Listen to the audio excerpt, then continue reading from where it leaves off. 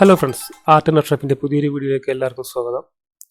നമ്മൾ ഫോട്ടോഷോപ്പിലേക്കോ ഇല്ലുസ്ട്രേറ്ററിലേക്കോ ഒക്കെ മലയാളം ടെക്സ്റ്റുകൾ കോപ്പി ചെയ്ത് കൊണ്ടുവരുമ്പോൾ അവിടെ ഡ എന്നുള്ള അക്ഷരം മിസ്സാവാറുണ്ട്. ഇതേപ്പറ്റി 900 വീഡിയോകൾ യൂട്യൂബിനകത്ത് തന്നെയുണ്ട്.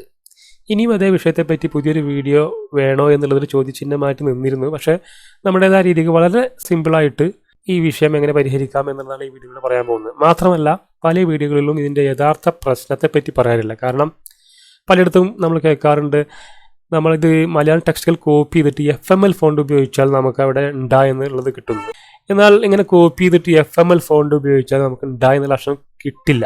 കാരണം അത് കോപ്പി ചെയ്യുമ്പോൾ ശ്രദ്ധിക്കേണ്ട ചെറിയൊരു കാര്യമുണ്ട്, അത് പലയിടത്തും വിട്ടുപോകാറുണ്ട്. അപ്പോൾ അതും കൂടെ ഉൾപ്പെടുത്തിയിട്ടാണ് നമ്മൾ ഈ ഒരു വിഷയം പറയുന്നത്. മാത്രമല്ല നമ്മുടെ കഴിഞ്ഞ വീഡിയോയിലെ വിഷയം വാട്സപ്പിലെയും ഇമെയിലെയും മലയാളം ടെക്സ്റ്റുകൾ എങ്ങനെയാണ് ഫോട്ടോഷോപ്പിനകത്തേക്ക് കൊണ്ടുവരുന്നതെന്നായിരുന്നു. അപ്പോൾ അതിൻ്റെ ഒരു ബാക്കി എന്നുള്ള നിലക്കാണ് ഈ വീഡിയോ ചെയ്യുന്നത്.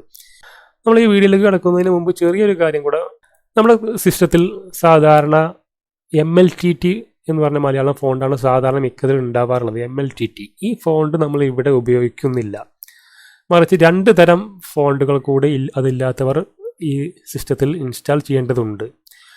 അത് മിക്കവരും അത് ഓൾറെഡി ഇൻസ്റ്റാൾ ചെയ്തിട്ടുണ്ടായിരിക്കും. കാരണം ഒന്നത് MLKV എന്ന് പറഞ്ഞൊരു ഫോണ്ടാണ്.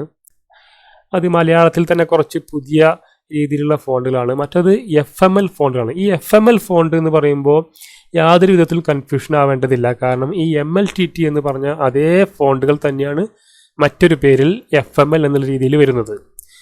എല്ലാം ഒരേ ഫോണ്ടുകൾ തന്നെയാണ്. ഇപ്പോൾ ഇന്ദുലേഖ ആയാലും ഗോപിക ഇങ്ങനെയുള്ള പേരുകളെല്ലാം സെയിമാണ്. പക്ഷേ FML എന്നുള്ളൊരു മറ്റൊരു വിഭാഗമാണെന്നുള്ളത് മാത്രമേ ഉള്ളൂ ഇവിടെ. ഇനി നമുക്ക് ഈ വീഡിയോയിലേക്ക് കിടക്കുകയാണെങ്കിൽ ആദ്യം നമ്മളിവിടെ കുറച്ച് ഡ എന്നുള്ള അക്ഷരം ഉള്ള കുറച്ച് വാക്കുകൾ ഇവിടെ ടൈപ്പ് ചെയ്തിട്ടുണ്ട്. ആദ്യമായിട്ട് നമ്മൾ MLKV എന്ന ഫോണ്ട് ഉപയോഗിച്ചിട്ട് ചെയ്യാൻ വേണ്ടി പോവാണ്.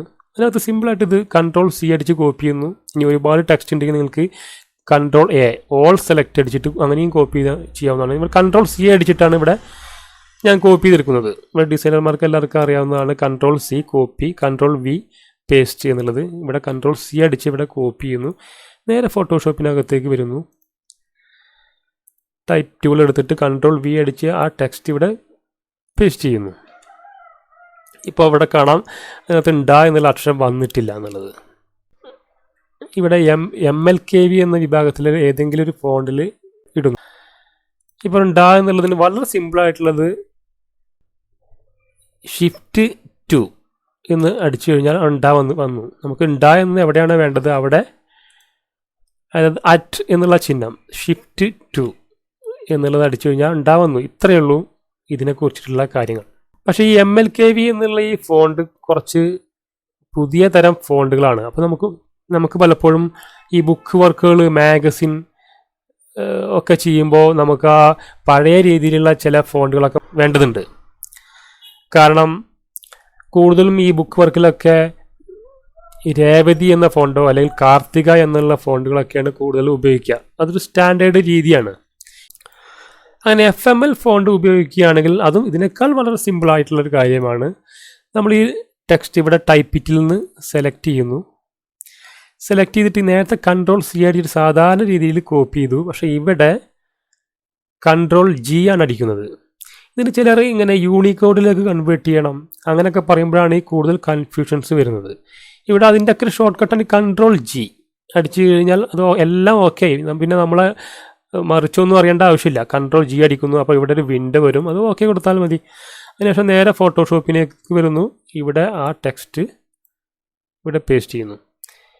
ഇങ്ങനെ പേസ്റ്റ് ചെയ്യുമ്പോൾ നമുക്കറിയാം അവിടെ ഉണ്ടാവുന്നിട്ടില്ല. അത് FML ഫോണ്ടാക്കി കഴിഞ്ഞാൽ, ഏതെങ്കിലും ഒരു FML ഫോണ്ടാക്കി കഴിഞ്ഞാൽ അവിടെ ഉണ്ടാവുന്നിട്ടുണ്ട്. ഇത്രയും പ്രശ്നമുള്ളൂ.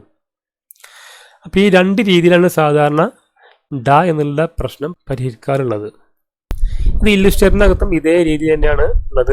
അപ്പോൾ ശ്രദ്ധിക്കേണ്ട ഒരേ ഒരു കാര്യം, നമ്മൾ FML ഫോണ്ടിലേക്കാണ് നമ്മൾ ഉദ്ദേശിക്കുന്നതെങ്കിൽ നമ്മൾ കോപ്പി ചെയ്യുമ്പോഴേ Ctrl+G അടിച്ചിട്ട് കോപ്പി ചെയ്യുക. ഇനി ഡ എന്നുള്ള അക്ഷരം ഉപയോഗിക്കാത്ത ഒരു വർക്കാണ് നിങ്ങൾ ചെയ്യുന്നതെങ്കിൽ Ctrl+C അടിച്ച് കോപ്പി ചെയ്താലും മതി.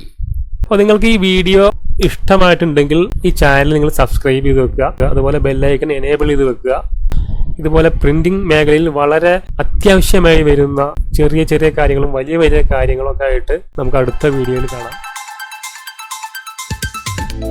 ചെയ്യുക.